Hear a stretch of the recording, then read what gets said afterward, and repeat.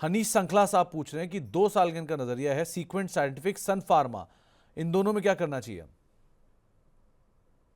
ये sequent scientific हमने पहले भी डिस्कस करा था, अच्छी स्टॉक है, अच्छी खासी तेजी आई है। अभी जो गिरावट आई है वो मेरे ख्याल से काफी कुछ ड्यू थी। तो इतनी अच्छी खासी तेजी जब स्टॉक 150 से 240 के स्तर छूता है तो इतनी गिरावट तो बनती है। मेरे ख्याल से स्टॉक में कहीं ना कहीं 215 से 220 के आसपास बॉटम बनना चाहिए। अगर नजरिया आपका शॉर्ट टर्म हो या लॉन्ग टर्म, मेरे ख्याल से सीक्वेंट साइंटिफिक अच्छी बेट है आने वाले 6 महीने के लिए। दूसरा स्टॉक कौन सा बताया था आपने सुनील एक सीक्वेंट, एक सिप्ला। जी?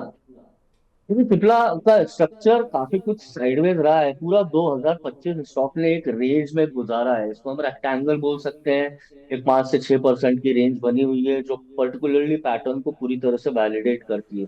नीचे में स्टॉक में 1370 के आसपास बहुत अच्छा एक सपोर्ट भी है जहां से हमको तेजी देखने को मिलती है। तो अगर आप एक फार्मा स्पेस में आने वाले 2 से 3 साल के लिए निवेश करें, सिप्ला आपको 1410 से 1420 के आसपास एक अच्छा एक पिक बन जाता है, रिस्क रिवॉर्ड भी फेवरेबल हो जाता है। वहां से एटलीस्ट पैटर्न का तो ऊपर में 1630 तक का स्तर दिखा देगा, और 1630 के ऊपर अगर स्टॉक निकलता है तो डेफिनेटली फिर तो इसमें नए ऑल टाइम हाई बन सकते हैं।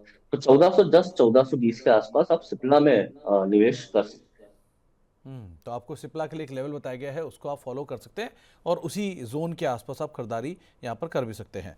संजीव कुमार साहब पूछ रहे हैं कि जुआरी एग्रो 255 रुपये पे और ताज जीवी के 433 रुपये के दाम पे इन्होंने खरीदारी कर रखी है। अब क्या करना चाहिए इनमें? हैं। हाँ, जीवी का बता देता हूँ। पहले देखिए 395 आ रहा है स्टॉक में। आप नीचे एक स्टॉप लॉस लगाइए 377 का। 370 के नीचे स्टॉक में मुझे लगता है कि और थोड़ी सी गिरावट इंटेंस हो सकती है और नीचे जा सकता है। तो आप आज जीवी के में 370 का एक स्टॉप लॉस लगाइए। जुआरी एग्रो मुझे लगता है कि स्टॉक में अभी जो एकदम गैप अप हुई थी, स्टॉक में एकदम वॉल्यूम पार्टिसिपेशन बढ़ा था।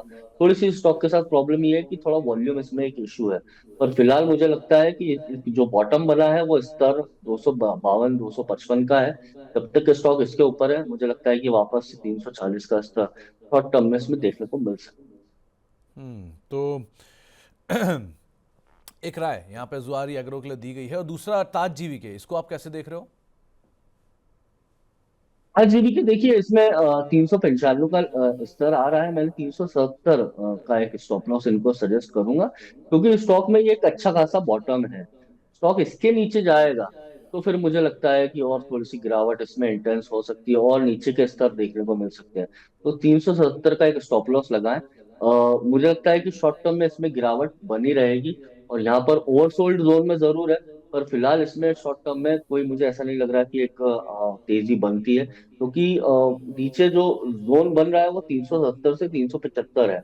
अगर यहाँ पर ठहरता है तो अच्छी बात है, पर ये थोड़ा और इनको 10 से 15% का यहाँ पर लॉस। तो आपको एक राय ताज जीवी के लिए दी गई है। कंपनी अच्छी है, नंबर्स अच्छे हैं, लेकिन ठीक है, स्टॉक अभी बुरे दौर में ज़रूर घूमता हुआ दिखाई पड़ रहा है। अशोका बिल्डकॉन पर खरीदारी है नाथ साहब की, इन्होंने 180 रुपये के दाम पे खरीदारी की हुई है, और आर एस इंफ्रा 160 रुपये के दाम पे। क्या करें इन दोनों में? अशोका बिल्डकॉन में तो देखिए इनकी खरीदी बहुत ऊपर है। फिलहाल 175 आ रहा है। सिमिलर स्ट्रक्चर है चार्ट का, गिरावट सभी स्टॉक्स में जारी है। इसमें मुझे लगता है कि 173 170 ये ऐसे जोन है जो स्टॉक ने पूरा 2025 में रिस्पेक्ट करा है, या बोल सकते हैं कि वहां से तेजी देखने को मिली है 230 के स्तर। यहाँ पर इसको स्टॉप लॉस दूंगा नीचे में। नीचे में आप 165 रुपए का on safe side stop loss लगाएं। यहाँ से हमको इसमें एक बार वापस से शॉर्ट टर्म साइड देखने को मिल सकता है। ये तो अशोका बिल्डकॉन की बात हुई। दूसरा स्टॉक सुमित जी आपने कौन सा बताया था? R S infra. R S L stock, okay, मुझे आर ई सी सुनाई दिया।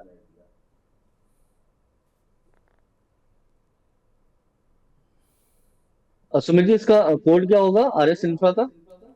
इन्होंने जो आर मतलब एस नाम तो इंफ्रा, इसका, ओके ओके ओके, हाँ, आर एस इंफ्रा। आईपीओ के बाद से ये स्टॉक में गिरावट रही है। अभी शॉर्ट टर्म में अपसाइड बना था। वॉल्यूम काफी ड्राई है। वॉल्यूम आप बोल सकते हैं कि नीचे में सबसे निम्न स्तर पर है अपने पिछले कुछ दिनों में। तो फिलहाल इसमें कोई ऐसा मोमेंटम नहीं है। हाँ, ये जरूर कहूंगा कि 140 से 145 के आसपास आप स्टॉक में थोड़ी सी एक शॉर्ट टर्म रिकवरी देखने को मिल सकती है, क्योंकि काफी एक अच्छा सपोर्ट है, एक ट्रेंड लाइन सपोर्ट भी आ रहा है, और इसका लॉन्ग टर्म एमए के आसपास ही है। तो मैं इनको ये सजेस्ट करूंगा कि आप बने रहे। 141 का एक स्टॉप लॉस लगाएं, 143 से 142 के आसपास आर एस इंफ्रा में हमको थोड़ी बहुत शॉर्ट टर्म में तेजी देखने को मिल सकती तो एक राय आपको दी गई है आर एस इंफ्रा के रेफरेंस में, आप उसको यहाँ पर देख सकते हैं। एक और सवाल हमारे पास आया है, वो सवाल पूछ रहे हैं कि सर निफ्टी 50 तो ऑल टाइम हाई पहुंच गया, स्मॉल कैप स्टॉक 30 से 40% डाउन है, तो क्या अब बॉटम एक खराब न्यूज़ लेके बनेगा या ये यहाँ से रिकवर करेगा? अब 1.5 साल की नज़रिया लेकर बैठे हैं। जी। 1.5 साल के हिसाब से तो 2025 थोड़ा सा टफ रहा है। 2026 मुझे लगता है इनिशियली 3 महीने थोड़ा सा और टफ रह सकते हैं, पर अगर आपका व्यू थोड़ा सा लंबा है तो डेफिनेटली मुझे लगता है स्मॉल कैप और मिड कैप के अलावा आप निफ्टी 50 या लार्ज कैप पे फोकस रखें तो ज्यादा अच्छा रहेगा, क्योंकि ये स्टॉक्स यूजुअली लीड करते हैं और इनका मार्केट शेयर इनको काफी सपोर्ट भी करता है। वर्स्ट टाइम में अगर मैं बात करूं तब भी ये काफी कुछ ठीक ठाक परफॉर्म करते हैं। तो यहाँ पर शॉर्ट टर्म में मुझे नहीं लगता कि एक बॉटम या न्यूज के बेस पे बनेगा, क्योंकि काफी कुछ न्यूज तो मार्केट डिस्काउंट कर कर चलता है। स्मॉल कैप मिड कैप में गिरावट जारी रह सकती है। निफ्टी स्मॉल कैप देख लीजिए आप, 17,700 मेरे ख्याल से नीचे में स्तर 17,300 से 17,400 के पास है। मिड कैप आप देख लीजिए, मिड कैप में भी एक जो गिरावट है थोड़ी सी इंटेंस यहाँ पे बनी रह सकती है। सीएनएक्स मिड कैप अगर आप देखें 60,200 आ रहा है, नीचे में अच्छा सपोर्ट 59,500 के आसपास है। तो अगर इंडेक्स में गिरावट आती है तो 20 से 30% की स्मॉल और मिड कैप इसमें गिरावट यूजुअली देखने को मिल सकती है। इसका ये मतलब नहीं कि यहाँ पर एक शॉर्ट टर्म या लॉन्ग टर्म बॉटम बनेगा। इसका सीधा अर्थ ये है आप अपना निवेश जो है अप्रोच कर सकते हैं स्कैटर्ड वे में, आपको म्यूचुअल फंड में करना हो या स्टॉक्स में करना हो। इसका सिंपल सा आइडिया ये है कि वर्स्ट डेज में जो इन्वेस्ट करते हैं मार्केट में यूजुअली उनको लॉन्ग टर्म में अच्छे बेनिफिट देखने को मिलते हैं। तो निफ्टी 50 तो ऑल टाइम हाई पे है, पर मिड कैप और स्मॉल कैप स्पेस में और उसके स्टॉक्स में अगर इतनी गिरावट है तो आप स्कैटर्ड वे में अप्रोच कर सकते हैं मिड कैप और स्मॉल कैप के लिए। निफ्टी 50 का तो फिलहाल मुझे लगता है कि यहाँ पर एक टॉप नहीं बना है, रैली हो सकता है यहाँ से कंटिन्यू रहे। तो एक राय आपको दी गई है, ये बाजार को लेकर भी या ब्रॉडर मार्केट्स को लेकर भी किस तरह की सिचुएशन बन रही है। महफूज मंसूरी साहब के पास पीसी ज्वेलर है, अब वो क्या करें इसके अंदर? देखिए, हमको इनकी खरीदी का भाव तो नहीं पता, पर ये स्टॉक जा सकता है और नीचे। 10 रुपए तो आ गया है, 10 रुपए के आसपास, 10 रुपए 50 पैसे के आसपास इसमें पहले भी निवेशक गए थे। स्टॉक चला भी था, 20 रुपए तक के अच्छे स्तर देखने को मिले थे, पर फिलहाल हमको ये ध्यान में रखना होगा कि ये 10 रुपए के स्तर को कितना होल्ड करता है। 10 रुपए के स्तर के नीचे अगर पीसी ज्वेलर जाता है तो मुझे लगता है कि ये 7 रुपए तक भी जा सकता है। अब आपने जो खरीदी करी थी हमको भाव नहीं पता, पर काफी कुछ मेरे ख्याल से मैं मानता हूँ कि यूफोरिया होगा, स्टॉक में एक 2-3 दिन की तेजी होगी, तभी आपने इसमें बाय करा है। तो फिलहाल इसमें बने रहिए। 9 रुपए 90 पैसे का स्टॉप लॉस लगाएं, 9 रुपए 90 पैसे तोड़ता है तो नीचे 7 रुपए तक जा सकता है।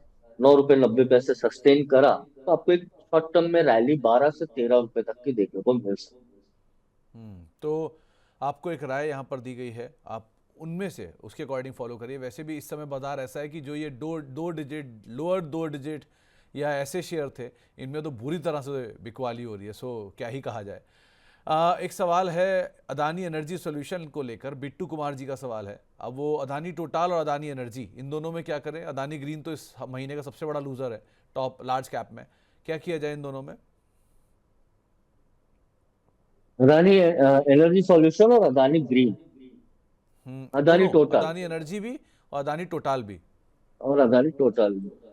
देखिए, अदानी एनसोल मैं एनर्जी सॉल्यूशन बोलूँ तो खैरियत से ये फिलहाल अपसाइड में ही है, हायर हाई हायर लो बन रहे हैं। स्टॉक अपने की जो रेजिस्टेंस है उसके ऊपर है। मुझे लगता है 950 के आसपास इसमें एक अच्छा सपोर्ट है।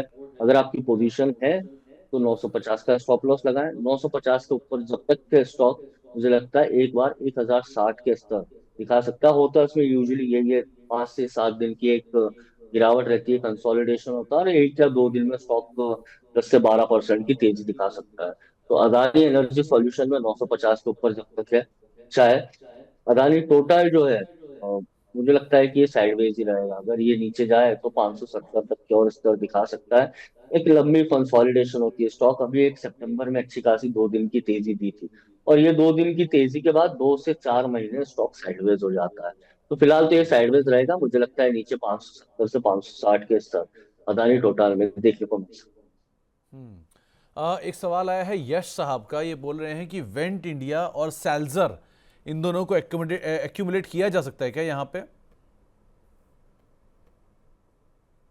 सेल्जर का कोड पता है मुझे। दूसरा कौन सा स्टॉक बताया था? Went India. Went India, WENDT।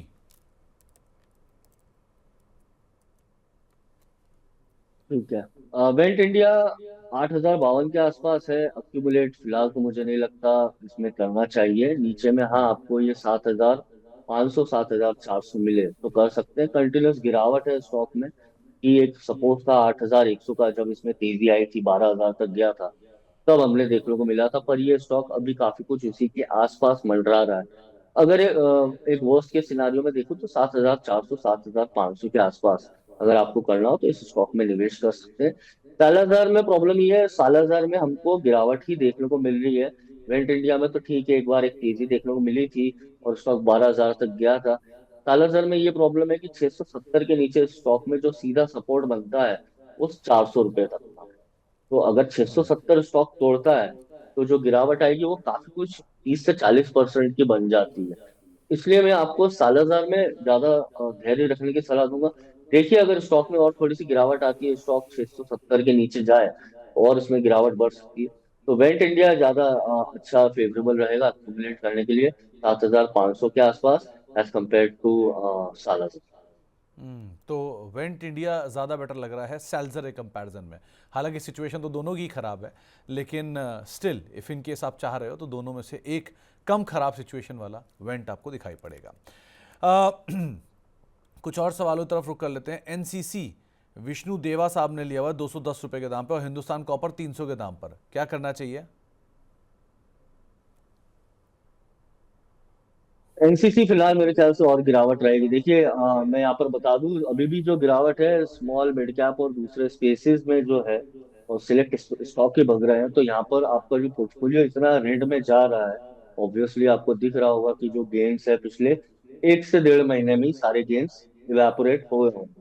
तो यहाँ पर एनसीसी में मैं इनको 168 का स्टॉप लॉस लगाने की सलाह दूंगा। काफी ऊपर की खरीदी 168 के नीचे एनसी में और थोड़ी सी गिरावट 138 से 140 तक की देखने को मिल सकती है। और दूसरा स्टॉक कौन सा था एनसीसी के अलावा सुमित जी? एक एनसीसी, दूसरा हिंदुस्तान कॉपर। हिंदू कॉपर। देखिए अच्छी खासी रैली आई थी हिंदुस्तान कॉपर। मेरे ख्याल से आप ऊपर ट्रैप हो चुके हैं स्टॉक में। शॉर्ट टर्म में मुझे लगता है 290 का एक स्टॉप लॉस बनता है। वहां पर स्टॉक में मुझे लगता है एक बॉटम बनना चाहिए। कहीं ना कहीं एक जो डबल टॉप फॉर्मेशन है 360 के आसपास, और उसका जो ब्रेकडाउन आया है 320 का, कहीं ना कहीं नीचे 290 के आसपास तक के स्टॉक में नीचे स्तर आपको देखने को मिलेंगे। 290 के नीचे थोड़ा सा इंटेंस हो सकता है मामला, आपको 250 से 260 भी देखने को मिलेगा। तो इसलिए आप 290 का तो जरूर इसमें स्टॉप लॉस लगाए। हाँ वहां से एक बाउंस बैक बने तो आपको शायद 325 से 330 के स्तर स्टॉक दिखा दे।